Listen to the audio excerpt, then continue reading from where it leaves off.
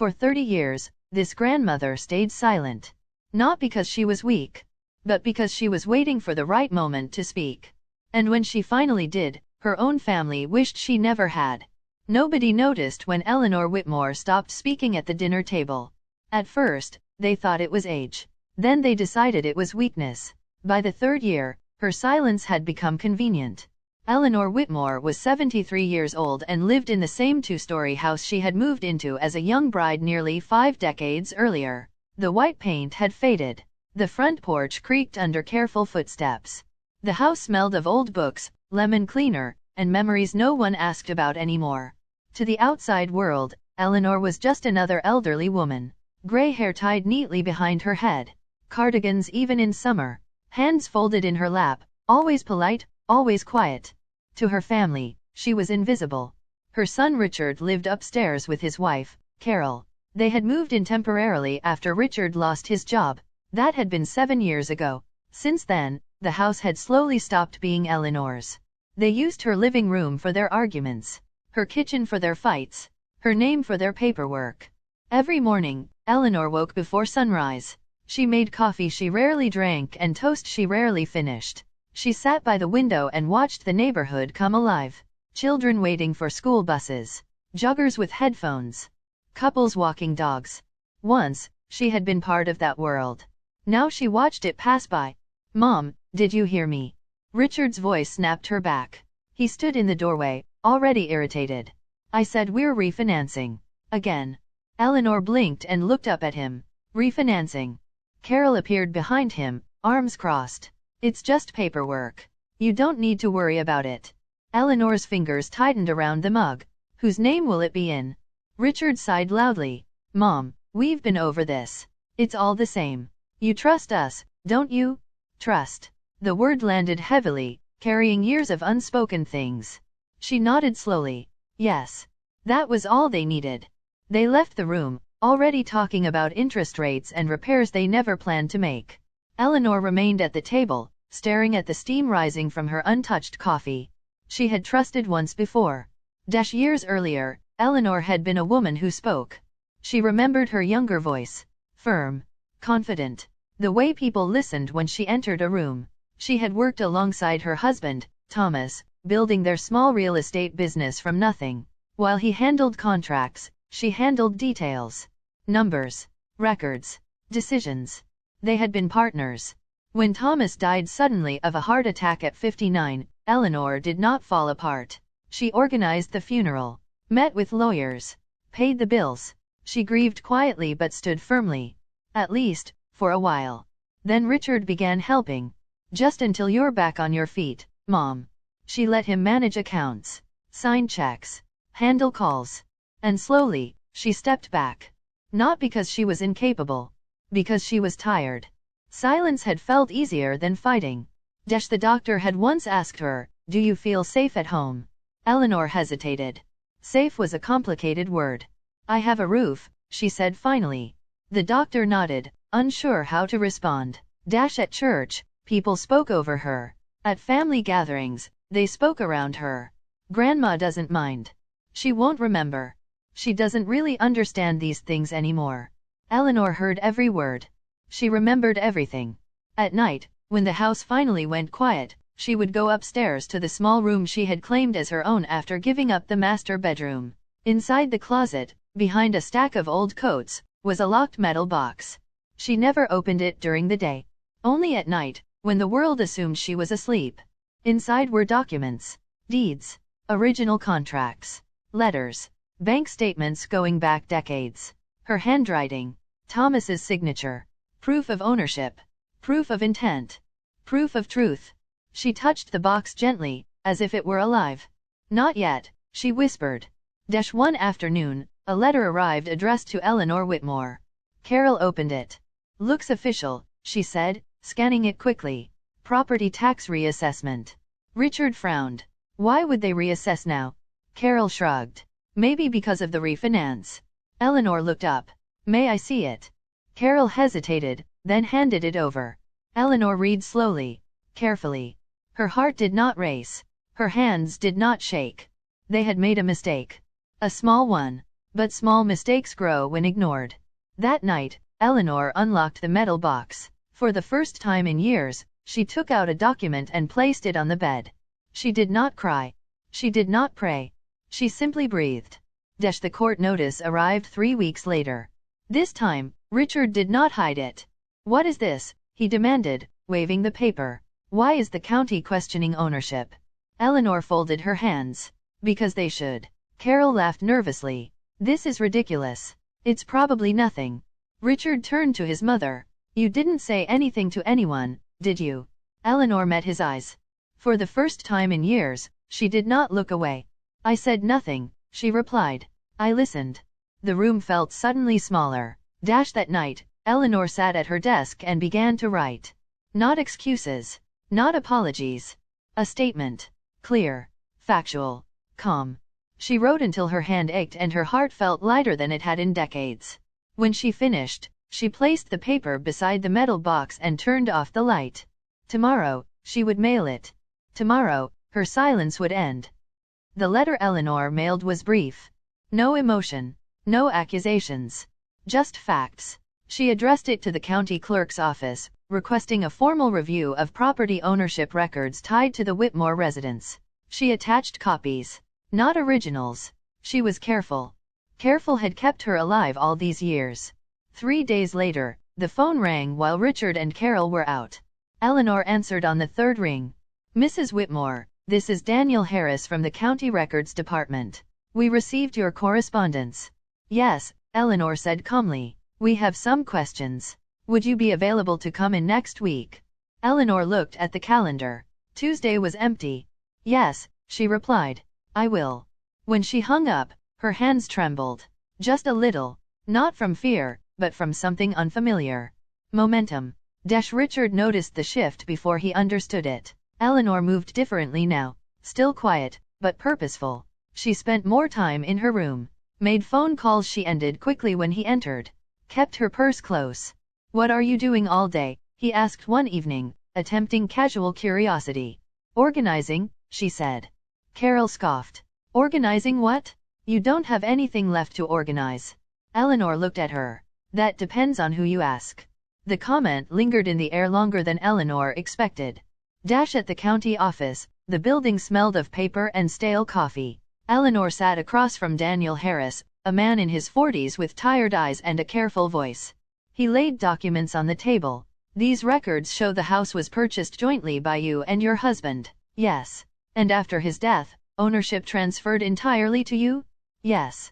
But 5 years ago, there was a modification. A power of attorney filed. That allowed your son to act on your behalf." "Yes," Eleanor said again. Daniel leaned forward. "What concerns us is that several documents signed under that authority contradict earlier deeds and trust filings." Eleanor reached into her bag and placed a folder on the table. "These are copies of the originals," she said. "With dates, signatures, and notes."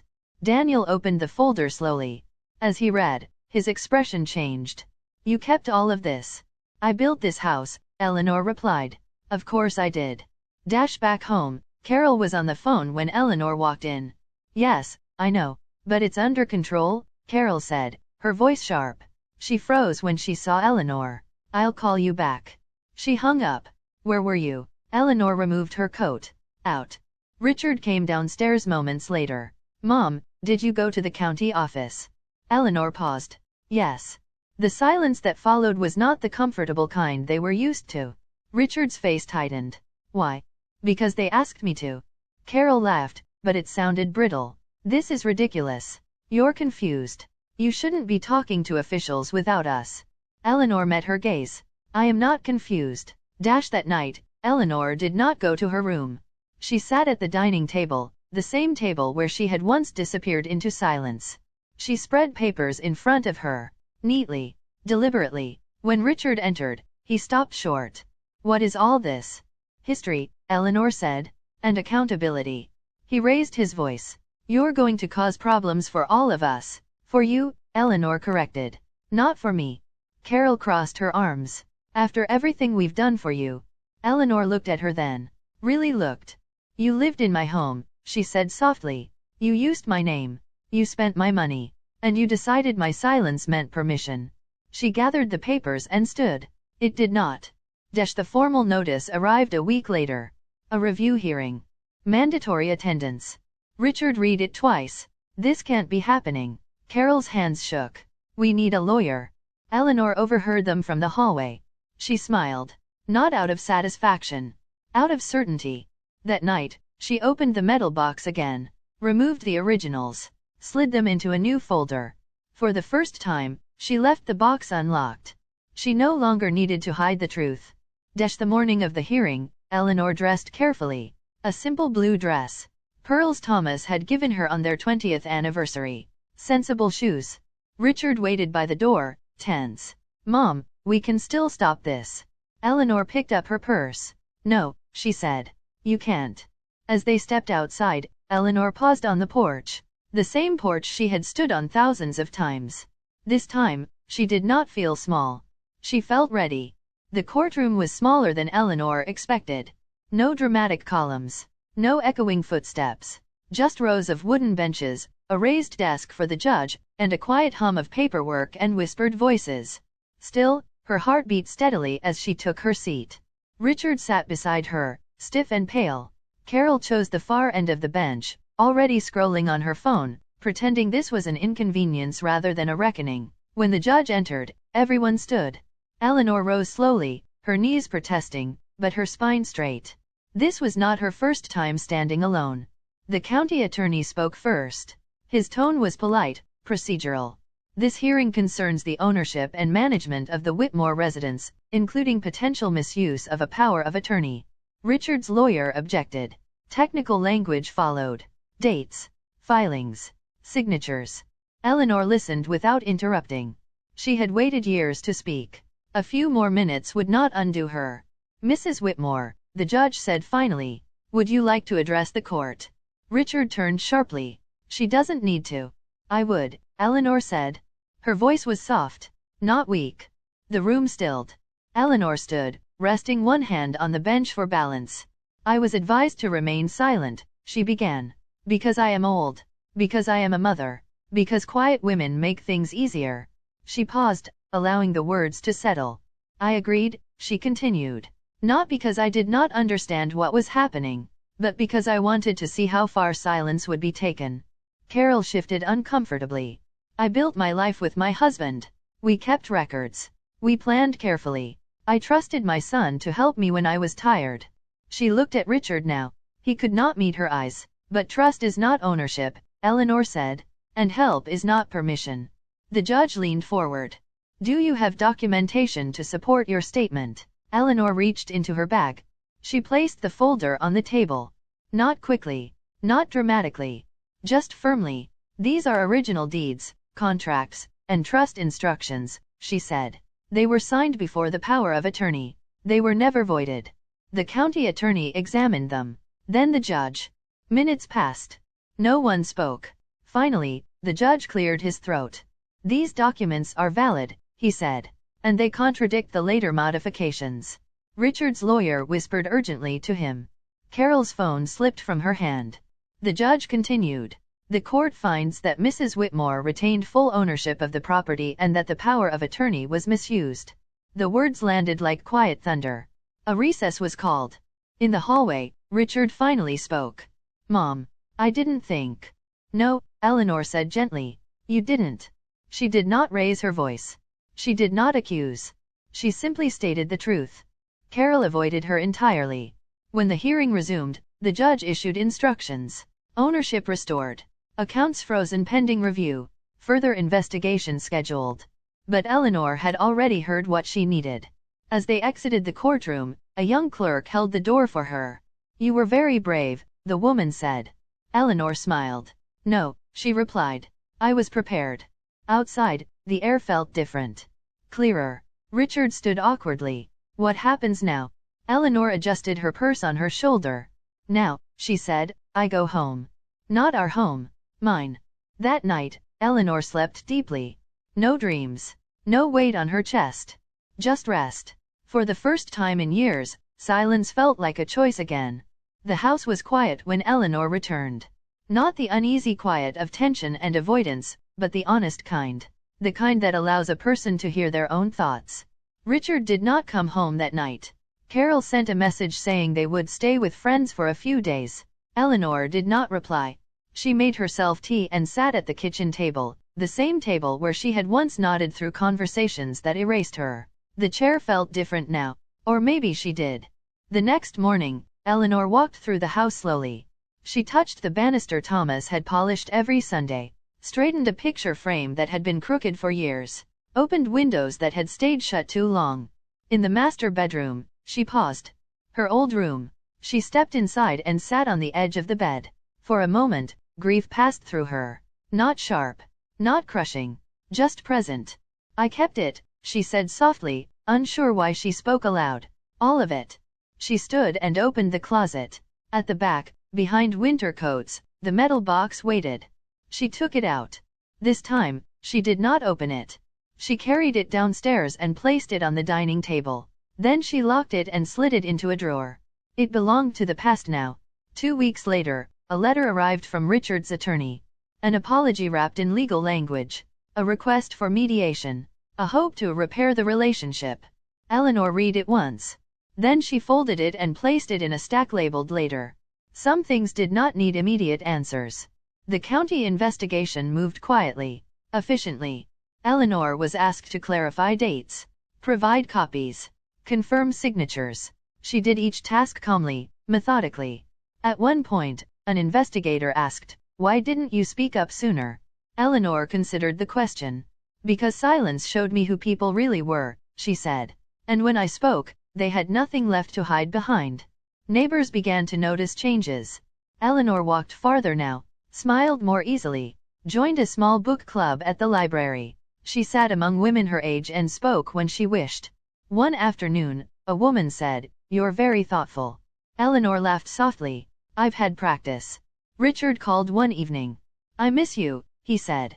His voice sounded smaller than Eleanor remembered. "I know," she replied. There was a pause.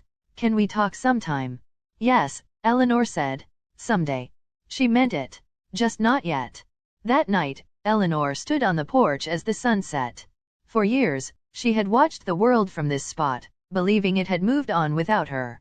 She understood now that it never had. She had simply been waiting. Spring arrived quietly. The kind of spring that does not announce itself with storms or sudden warmth, but with small, undeniable changes. Buds on trees Eleanor thought were dead. Longer light in the evenings. Air that felt less heavy in the chest. Eleanor noticed all of it. She woke early, not out of habit this time, but choice. She made coffee and drank it slowly by the window. The neighborhood looked the same, yet everything felt different. Because she was different. The house was officially hers again. Not just on paper, but in spirit. She repainted the living room a soft, warm cream. Replaced the broken porch step. Hung a photo of herself and Thomas in the hallway. Not hidden in an album. Not tucked away. Visible. One afternoon, a contractor asked, "Is your husband home?" Eleanor smiled. "No," she said. "But this is still my house." Richard visited a month later. He stood in the doorway like a guest, unsure where to put his hands. "I brought these," he said, holding out a box of old photographs. Eleanor accepted them. "Thank you." They sat at the table. "I didn't see you," Richard said finally. "Not really?" Eleanor nodded. "Most people don't see quiet women." "I'm sorry," he said. His voice cracked. "I know," she replied. Forgiveness, she had learned, did not require forgetting. It required clarity. They talked for an hour. About small things. Safe things. When Richard left, Eleanor did not feel drained. She felt complete.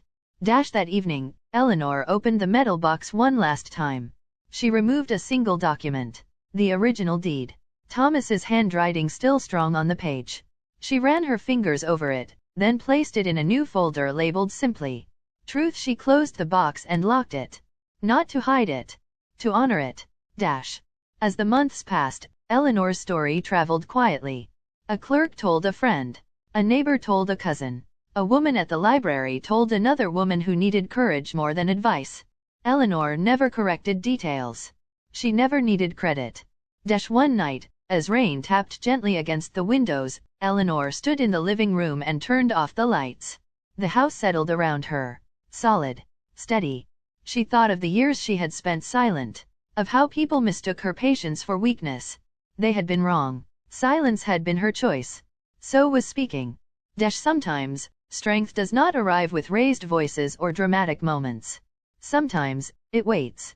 Sometimes, it keeps records. And sometimes, when it finally speaks, it only needs one sentence. I was quiet, Eleanor whispered into the dark. But I was never weak.